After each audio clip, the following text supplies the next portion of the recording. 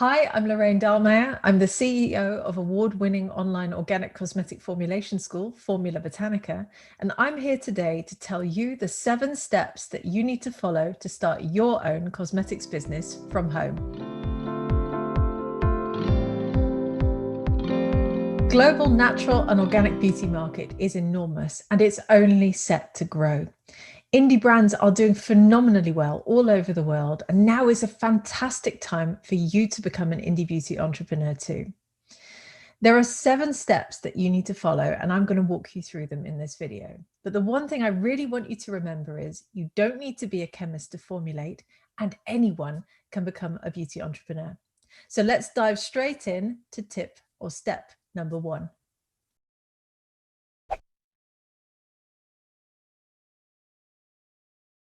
Step number 1 is you need to think like a beauty entrepreneur. You have to work on your mindset. And I know that that maybe sounds a little bit wishy-washy, but let me tell you, I have worked with thousands of beauty brand founders all over the world. And the one thing that those who don't make it have in common is that they haven't got the right mindset. You have to think like an entrepreneur, which means you have to be passionate. You have to be driven. You have to want to make this a success more than anything else. And if you're ready for that, if you've got that in you, then you've got step number 1 absolutely under control. So think like a beauty entrepreneur, be prepared to overcome any hurdle that puts itself up in your way, and then you are well on your way to starting your own beauty brand.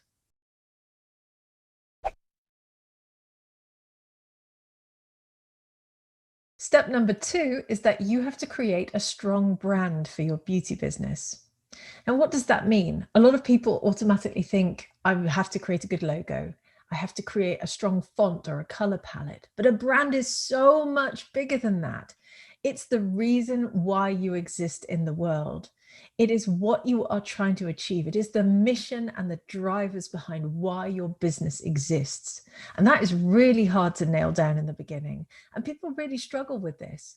But you have to take the time to get this right, because this will define everything that you stand for. If you can figure out how your products and your brand changes someone's life, then you have a successful brand on your hands. Let me give you an example. One of our graduates, Koiran, who lives in Hong Kong, she created this brand called Osco. And Osco is a pollution defense and anti-pollution skincare brand. And this is her pollution defense serum, which comes in this really cool tube. And her overriding mission is that her brand is there to help people with the effects of pollution on their skin. That is how she wants to change her customers' lives. You need to figure out how you want to change your customers' lives. And that will then filter into the brand that you create and determine what you stand for.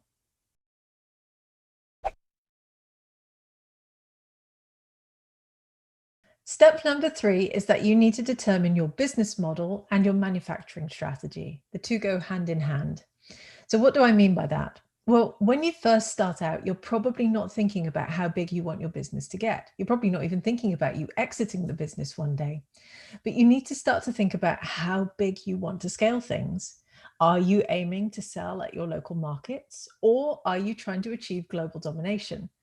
Obviously, there are lots of grayscales in the middle of that as well. And there is no right or wrong, but you have to determine what works for you, because that will define how you approach your business.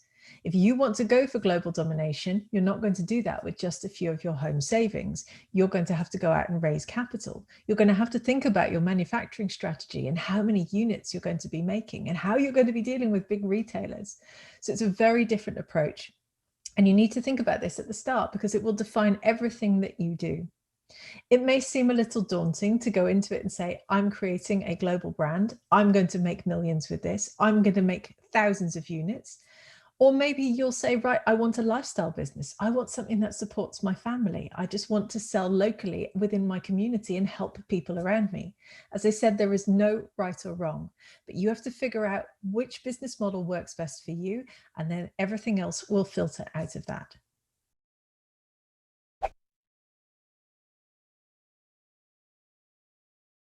Step number 4 is that you need to sort out your finances. Now, if you've never run a business before, it might seem a little bit daunting to suddenly have to be all over your spreadsheets and know your numbers backwards. But you do have to get to that stage. Every business owner must confidently know their numbers. So you need to know how you're going to bring cash into your business, and you need to know when and where you're going to be spending your cash. And then you have to figure out how you're going to balance the two. It might seem a little bit daunting in the beginning, particularly if you have no experience of this, but just build it up step by step as your business builds up, and you will gain confidence in it. You also need to look at the cost price of your units, your beauty products that you're actually making. So how much does it cost to make them? How much do the ingredients cost, and the labels and the packaging? And very importantly, your own time. You may not place a value on your time in the beginning, but in the future, you might want to hire someone to do that job for you, in which case you need to have factored that into the overall price to start with. Then you have to look at the retail price that you're setting. How much are you actually going to sell your products for? And that is a whole feast in itself, which we actually have a blog post on as well, which I recommend you go and check out. But you need to figure out exactly how you can set the right retail price that reflects your brand as well. So the most important thing is, don't feel daunted by the finances in the beginning. Learn how to know your numbers, and you will rise in confidence as you go through this process.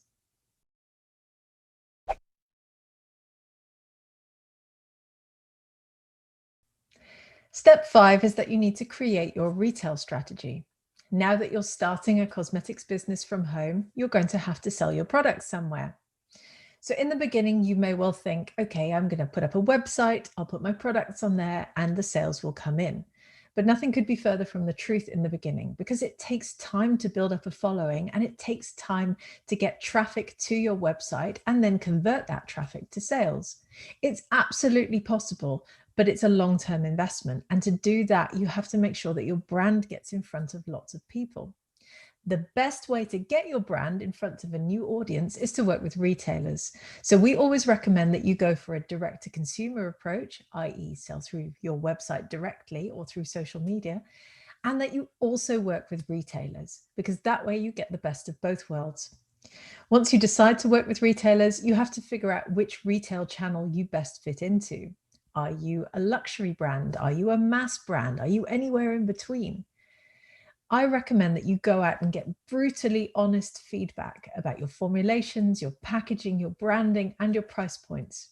This is really hard to do, and it can be really hard to hear in the beginning, but it is better to get that brutally honest feedback where people go, you know what, you got it totally wrong, because that will help you in the long run avoid making mistakes. And then once you're totally clear on where you fit in which retail category, then you will go into those pitches with confidence.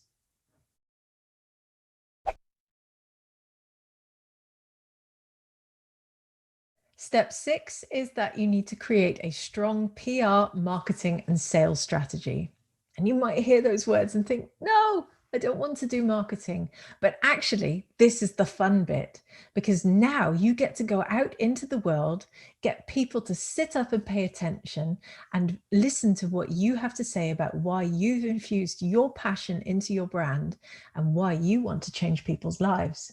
And then you get to go out and change people's lives in the process. And there is nothing more rewarding. So this is one of the most fun steps of the process of starting your own cosmetics business at home.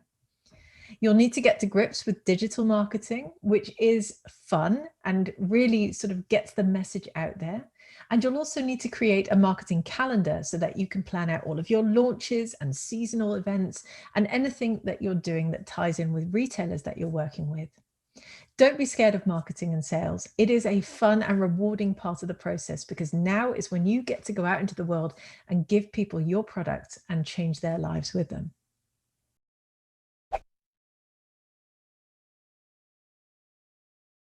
The final step, step number 7, is that you need to write your beauty business plan.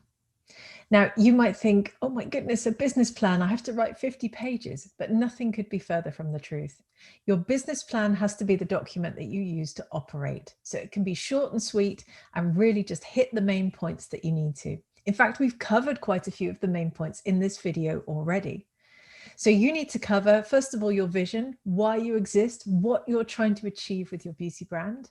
Secondly, you need to list all of your products. What are you making and how do they all fit together as a cohesive range? Thirdly, who are your customers? What niche are you operating in? Who are you trying to sell to? Fourthly, you need to think about your competitors. Yes, there are competitors in your market, and that's a good thing because not only does it keep you on your toes, but it also allows you to understand that there is a market for your products. Fifth, you need to think about your manufacturing strategy. As I previously mentioned, how are you going to make your products? Will you make them yourself or will you outsource them? Again, there is no right or wrong answer here. Sixth, what's your retail strategy? Where are you going to be selling your products? 7, where is the money going to come from? The funding that you need. Will you be self-funding? Will you be going out there to raise funding? Will you be seeking investment? Again, there is no right or wrong. Find the right option for you. And then finally, you need to include a financial forecast. So this is where I talked about knowing your numbers. Think about how you're going to bring in finances across the rest of the year and then detail that in your business plan. And every single year you'll have a new forecast and a budget and you'll monitor your expenditure against that. It can feel a little bit daunting in the beginning, but honestly, once you've done it once, you will be flying, I promise. So I hope you found this video helpful. I hope you enjoyed my 7 steps. If you want to read more about each of those steps, we have a very comprehensive blog post and you can click on the link below. It'll take you straight there and you'll be able to read a lot more information. And in the meantime, come and leave us a comment. Tell us which step you're most excited about, which one you're struggling with the most. Come and have a conversation with us and tell us where you are on your journey of becoming an indie beauty entrepreneur. I hope you enjoyed this video. My name's Lorraine Dallmeier. I run Formula Botanica and I'll be seeing you again soon.